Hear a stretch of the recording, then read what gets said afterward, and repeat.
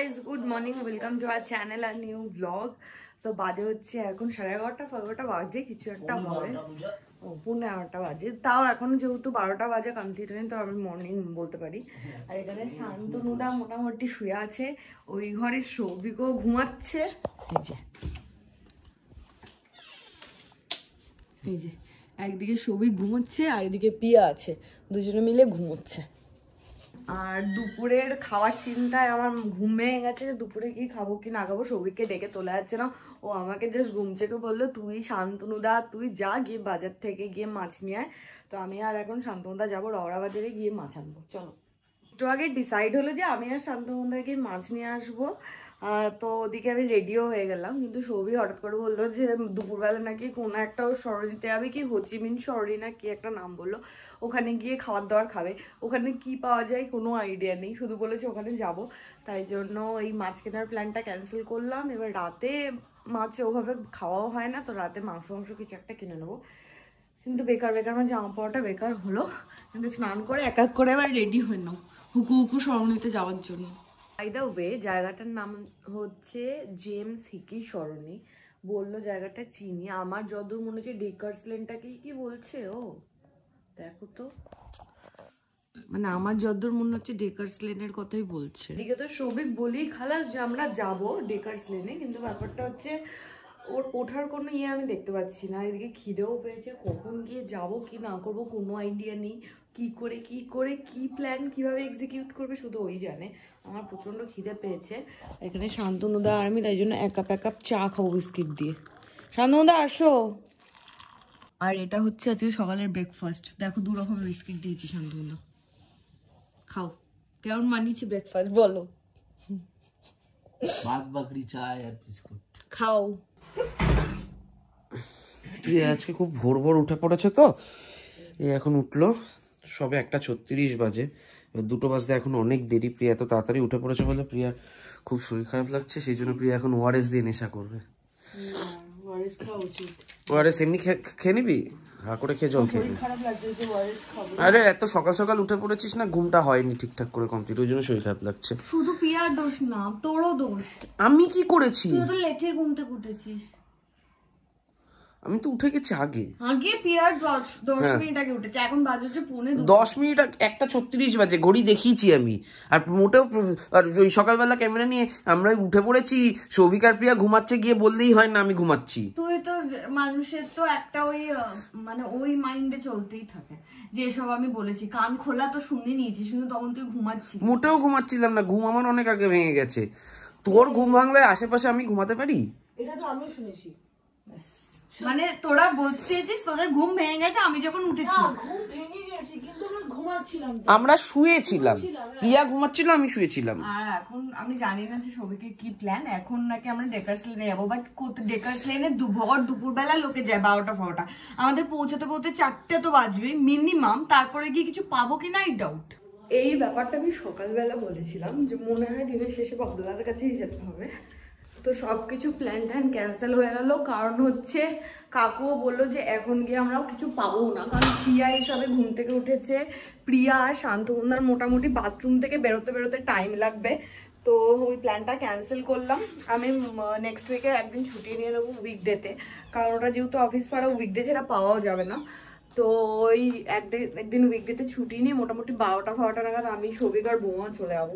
কারণ পিয়া এইসব ব্যাপারে ভীষণ ল্যাথখোর, আর ওর মানে কলেজের একটা গ্রুপ আছে, তো তাদের সাথে ওইখানটা যায়। তো আজকেও একদমই প্যান করছে। এই বিড়াল মনে হয়, ওই যে বাচ্চা হ্যাঁ। আর এইখানে এই 2টো বাচ্চা কি হয়েছে? দুধ খাবে ওরা। খিদে পেয়েছে রে। আচ্ছা আচ্ছা আচ্ছা আচ্ছা।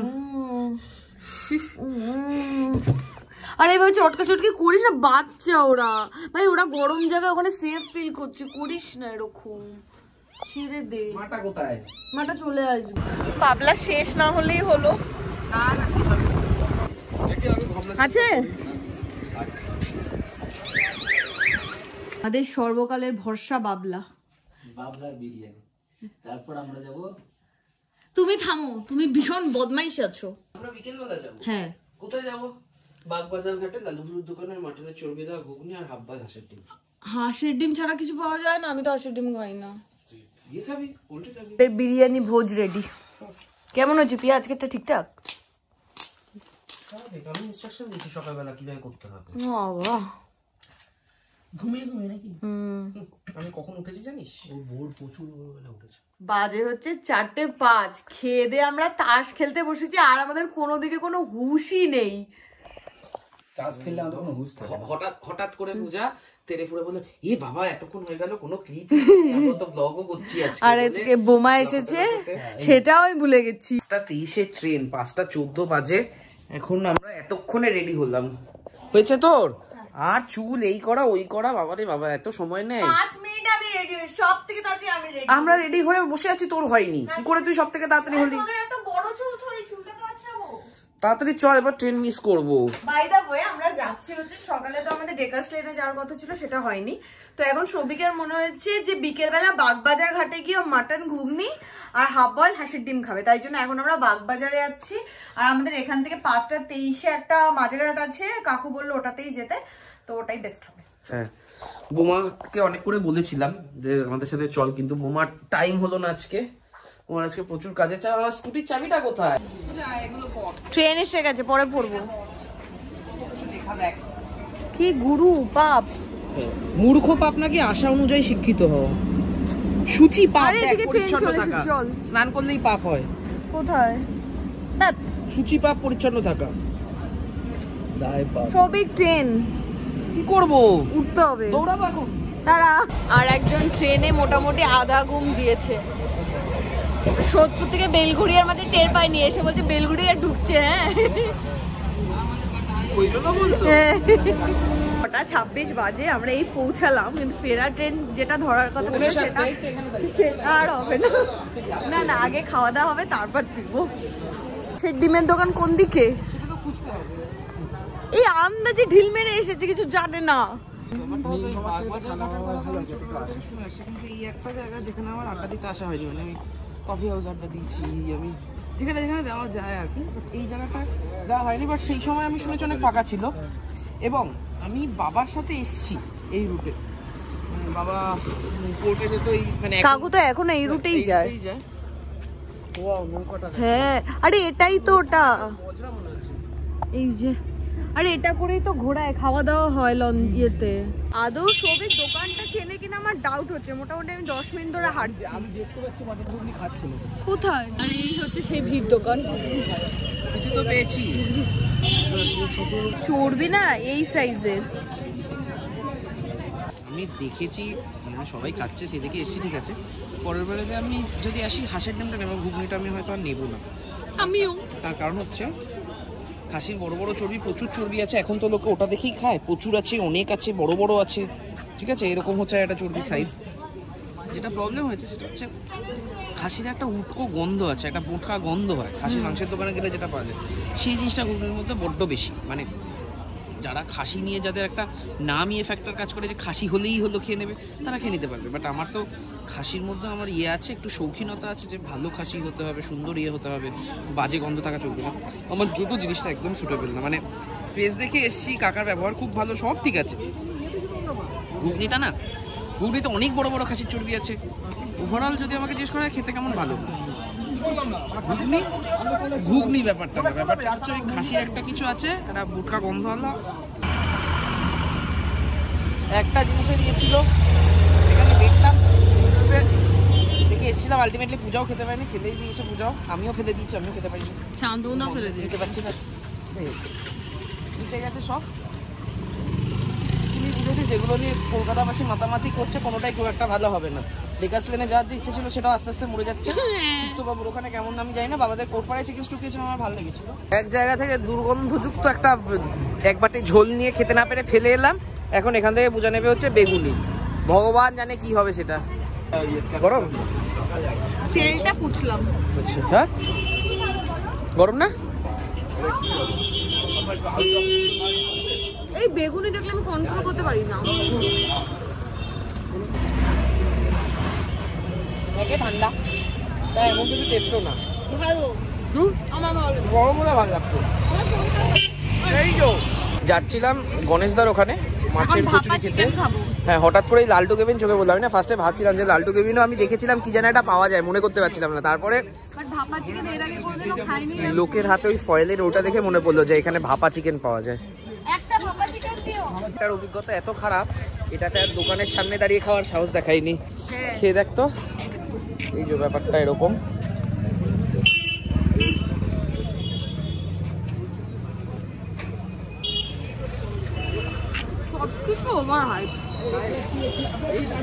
না ওভার হাইপ না, এটা নতুনত্ব বলতে পারিস।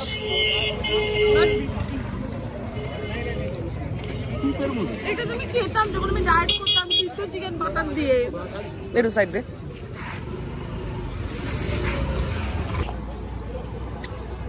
গন্ধটা শুকছে, এমন কিছু ফ্লেভারফুল লাগছে না। চিকেনের যে আষ্টে গন্ধ সেটাই ম করছে।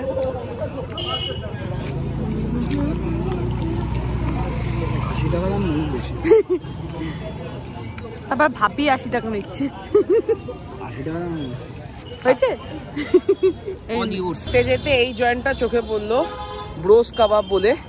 এটাও বেশ নাম করা, কিন্তু ব্যাপারটা হলো কোথায় হাংরি হোম থেকে খাবি না গণেশদা খাবি? হ্যাঁ, একটাও ভালো হবে না, আমি বুঝতে পেরে গেছি।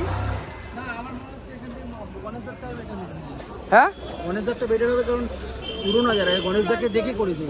চল তাহলে, চলো। না না, ভিড় আছে আর এমনিও এমন কিছু হামুড়ি হবে না, চল। আমি বুঝে গেছি। এই হচ্ছে সেই দোকান, পল ইটিং হাউস, গণেশদার দোকান। মানে আমি জানিও না গণেশদাকে, ইউটিউবে সবাই গণেশদা গণেশদা এমন করে, হবে হয়তো ওদের খুব কাছে। এনিওয়ে, কচুরি নিয়ে শুকছে। আমার এটা দেখে মনে হচ্ছে খারাপ হবে না।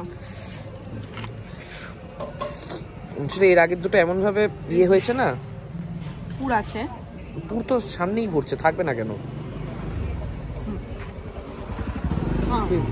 সত্যি ভালো, অনেস্টলি। যে ভালো তাকে ভালো বলবো, ভালো বলবো। বলো, যেটা ভালো না সেটা ভালো বলা যাবে না। আমাদের ম্যাক্সিমামই খারাপ বেরোয়। এবার হচ্ছে আমাদের মধ্যে মোস্ট ক্রিটিসাইজ করা মানুষ।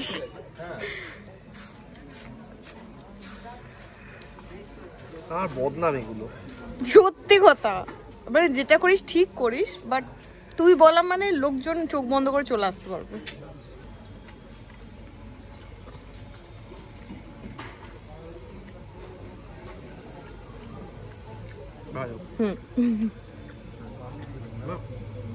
সাধারণ ভালো 5 জায়গায়।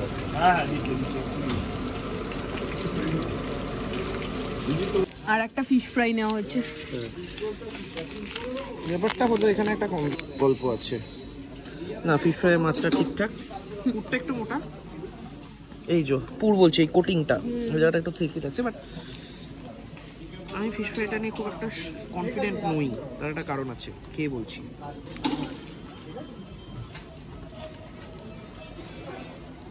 ভালো, বাহ,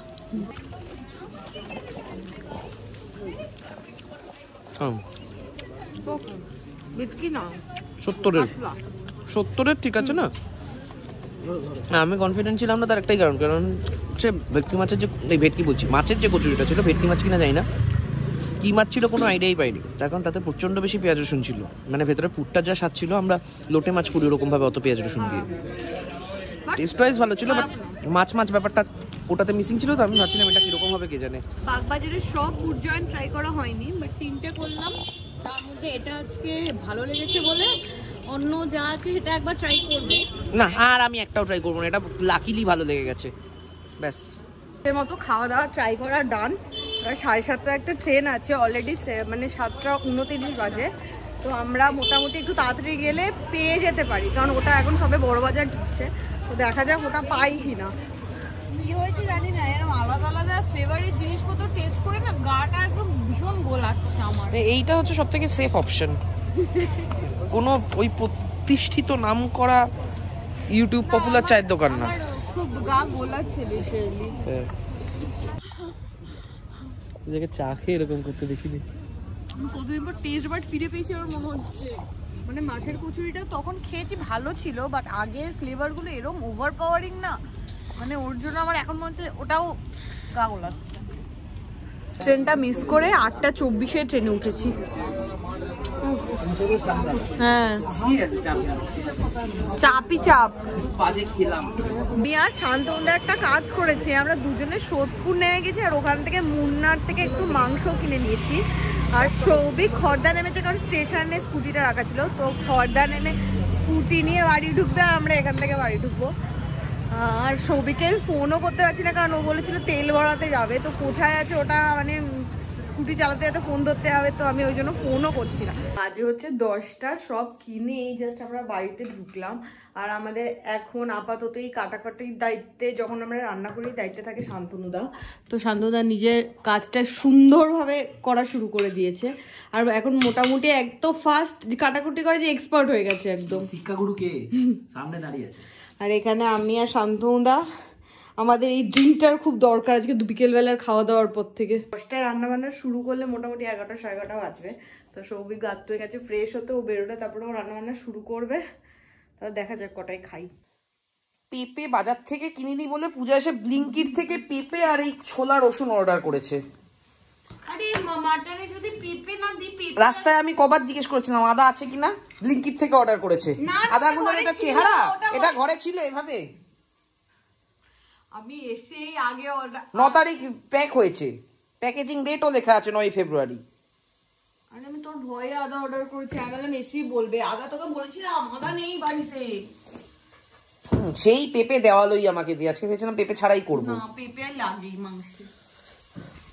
আর এখানে আলুগুলোর মধ্যে বড় ভাই, মেজো ভাই, সেজো ভাই রয়েছে।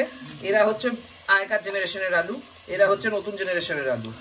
ঠিক আছে, এই দুই জেনারেশনকে আজকে আমরা মাংসের ঝোলে এক করে দেবো। পূজাকে মিক্সিতে বাটতে দিয়েছিলাম, পূজা ওখানে বললো আমাকে ঢাকনাটা কোথায়, বলে ঢাকনাটা নিল, এসে এটাকে লাগিয়ে ঢাকনা ছাড়া সুইচ দিয়ে দিয়েছে। এই যে চারপাশে আদা এখানে এসে পড়েছিল, এখন চোখে মুখে নিজে সারা মাথা ইয়ে করে ভিজিয়ে। সত্যি ঢাকনাটা গেল কোথায়? ঢাকনাটা আটকালি না কেন? ঢাকনা কোথায় গেল? ওই তো ঢাকনা আটকে তো থাকছে।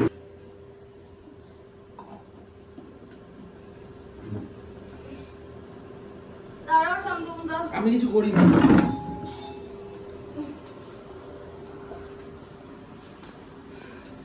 স্যার আমি বাটছি। আমি বাটছি, রোজ তো আমি বাটি। ই মা, চুল মুল কোথেকে এসে পড়েছে? চুল ওটা পূজা ময়লা ফয়লা সব শুদ্ধ তুলে দিয়েছি। না রে, একটা শুধু আমার। এখানে পূজা ভাত উপর করে দিয়েছে, আবার ক্যামেরাটা ঘষে গেল। আর এইখানে আপাতত মাংসটা কষানো চলছে। আজকে যে কিরকম হবে কে জানে, আজকে কষা আর ঝোলের মাঝামাঝি রাখতে বলেছে পূজা। ভালোই হবে, খারাপ কেন হবে? কি জানি কি হবে। তুই করছিস, তুই ভাববি আমি ভালোই করবো। আরে না, মাঝে মাঝে একটু তোপদের ইয়েতেও করছি না, সেই জন্যই। আমি আমার মনের মতো করলে তো ভালো হবেই। আজকে বলেছিল মাংসটা একেবারে আমি যেরকম হলুদ ঝোল করছিলাম মাঝখানে সেরকম না করতে। দারুণ লাগছে দেখতে, সিরিয়াসলি। চকচক করছে না মাংসটা? হ্যাঁ, গ্লেজ দিচ্ছে আলাদাই। কার হাতে হচ্ছে দেখ। দে এবার সিটি মার। দিতে হতো কিন্তু অত সময় নেই, আমি ঠান্ডা জল দিয়ে দিলাম। কটা সিটি পড়বে? পেছনে রাং আছে না?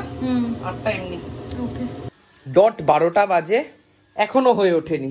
বাবাকে অনেক কষ্ট, এই যে ছোট ছোট আলু ছিল ওইখান থেকে একটা আলু আর 2 পিস ছোট মাংস দিয়ে কোনো মতে মিষ্টি ঠিক আছে ইয়ে করে বাবাকে দিলাম। বাবা তাও ওখান থেকে ওটাকেও টিপে টিপে খেতে হচ্ছে বাবার। ঠিক আছে, আর বাকি যে এমনি পিসগুলো ছিল সেগুলো হয়ই নি, মানে অনেক খুঁজে 2টো পিস বার করেছি, যে দুটো মোটামুটি সেদ্ধ হয়েছে, বাবা খেতে পারবে এরকম দেখে। ফাইনালি 12:15টার সময় মাংস সেদ্ধ হয়েছে, বাট যেহেতু আলুটা অনেক আগে দিয়ে দিয়েছিলাম, আলুটা একটু ক্যাতক্যাতে হয়ে গেছিল, ওই জন্য আমি খুব কায়দা করে যত্ন করে আলুগুলো তুলে রেখেছি। আর এই হচ্ছে মাংস। আর এখানে হ্যাঁ, এখানে প্রিয়াকে দিয়ে দেওয়া হয়েছে, প্রিয়া আর কিছু খাবে না এই কচু বাটা ফাটা, ও ডাইরেক্ট মাংস দিয়ে শুরু করে দিয়েছে। এক টুকরো ছোট আলু দিয়েছিলাম, সেটাও তুলে দিয়েছে হুমাটা। পেঁপে ভালোবাসে। মাছও খায়নি প্রিয়া, আমাদের আগে এই কচু বাটা, এই মাছ, এগুলো খেয়ে নিয়ে তারপর আমরা মাংস খেতে পাবো। পূজা বারণ করে দিয়েছে, বলেছে মাছ শেষ করতে হবে। প্রিয়ার তো খাওয়া শেষ, প্রিয়াকে জিজ্ঞেস করে লাভ নাই, প্রিয়া মানুষের মতো না। শান্তনুদা খেয়ে দেখো তো ঠিকঠাক হচ্ছে নাকি।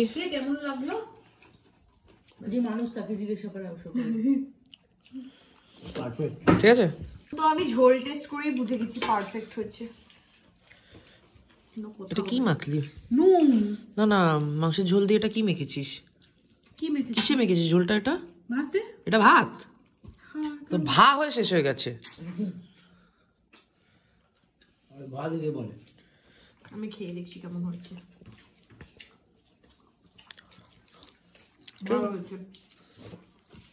ফাইনালি কটা বাজে রে? প্রচুর বাজে। 12:54। একটার সময় মানে আমারই বেশি টাইম লেগেছে। খেয়ে দিয়ে উঠলাম, আজকে অনেক খাওয়া গেছে, প্রচুর কষ্ট হচ্ছে পেটে। আমার একটু ওই পাতলা ঝোলের প্রতি আলাদা টান আছে, সেটাকে মিস করছিলাম আজকে ওই কষা করার চক করে। এনিওয়ে, তো কালকের অভ্যাস যাদের মনে হচ্ছে এখন আমরা একটার সময় উঠেছি বলে শুতে চলে যাবো, ওটা ভুল। এখন আমরা তাস খেলবো, এখন আমরা পাতি খেলবো।